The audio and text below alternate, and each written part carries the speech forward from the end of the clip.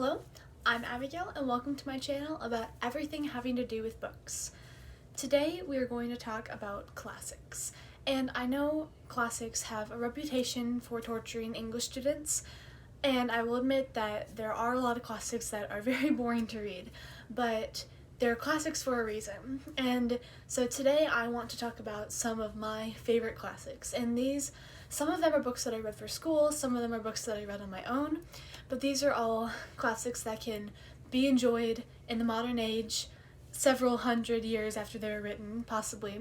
And these are great classics with great stories and amazing characters that I absolutely loved. So I really hope you like this video.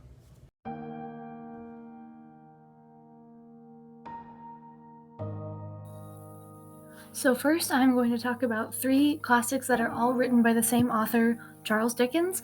I've only read 3 of his works, but I loved all of them. And so the first one we're going to talk about is A Tale of Two Cities, which I read really recently and has become one of my favorite books of all time. It is absolutely amazing.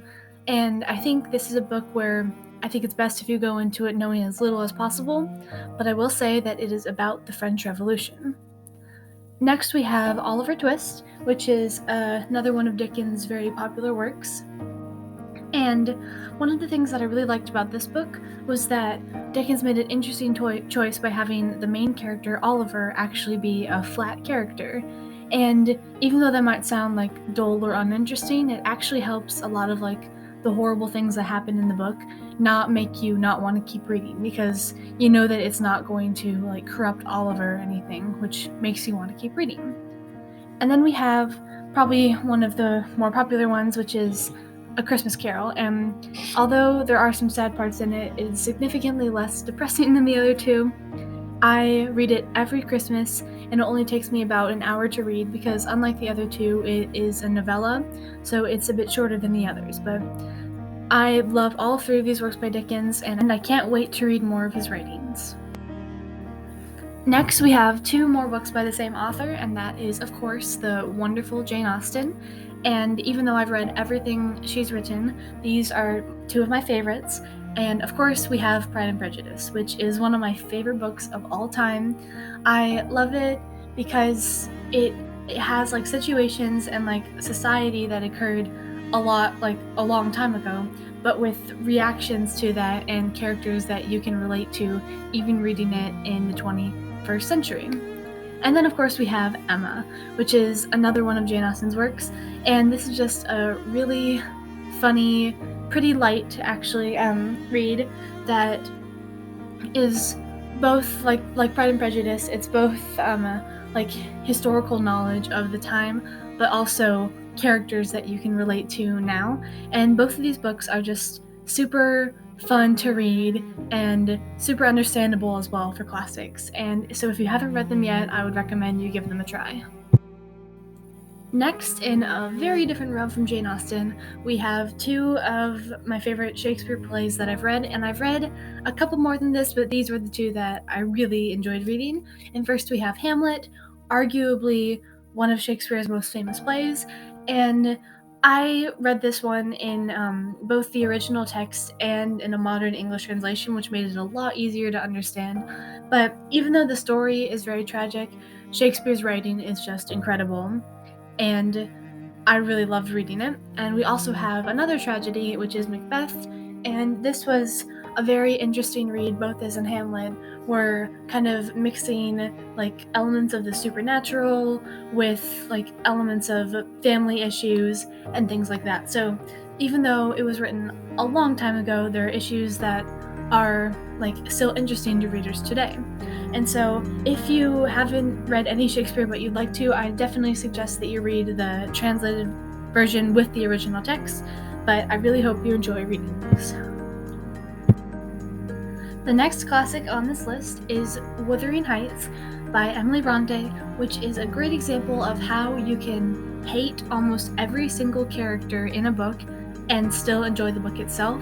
It's definitely not a happy read or a light read, but it's just a fascinating look into the time and into this very messed up family that it talks about. So it may not be for everyone, but I personally really enjoyed Wuthering Heights.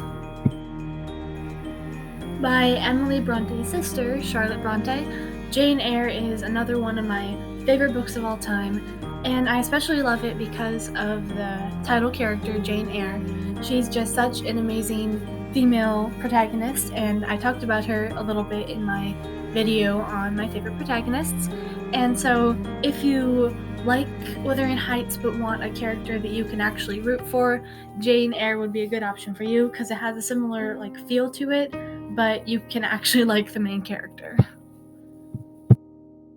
On a completely different note, if you want a funnier read, The Importance of Being Earnest by Oscar Wilde is just that. It's a play and it's pretty short to read. I read it in just a couple of days for school, and it is so funny. There are scenes that literally had me laughing out loud while I read it. It is absolutely hilarious, and even though all the characters are just dumb, that makes it really funny to read. So if you want just a light, fun read, this would be good for you. If science fiction and horror is kind of your thing, then you might want to check out Frankenstein by Mary Shelley, which is one of the first, or even the first, modern sci fi novel. It is terrifying, but not super graphic or anything, which makes it a really good fit for me as a reader. And it's just very gripping and thrilling and fascinating. And I personally really loved reading it, even though horror isn't a genre I particularly like. Last, we have Fahrenheit 451 by Ray Bradbury. It is a dystopian book that was written in 1953 and actually kind of scarily predicted some things that are going on in the world today. So, if you like dystopian, this would definitely be a great fit for you. It's a very action packed and thrilling read with some things in it that are scarily similar to things that are going on in our world at the time. Thank you so much for watching. I hope this video convinced you that classics aren't all boring, and I hope you found something that you can read from this video. If you enjoyed it, please like and subscribe, and I will close this out with our bookish quote. Keep reading. It's one of the most marvelous adventures that anyone can have. Lloyd Alexander.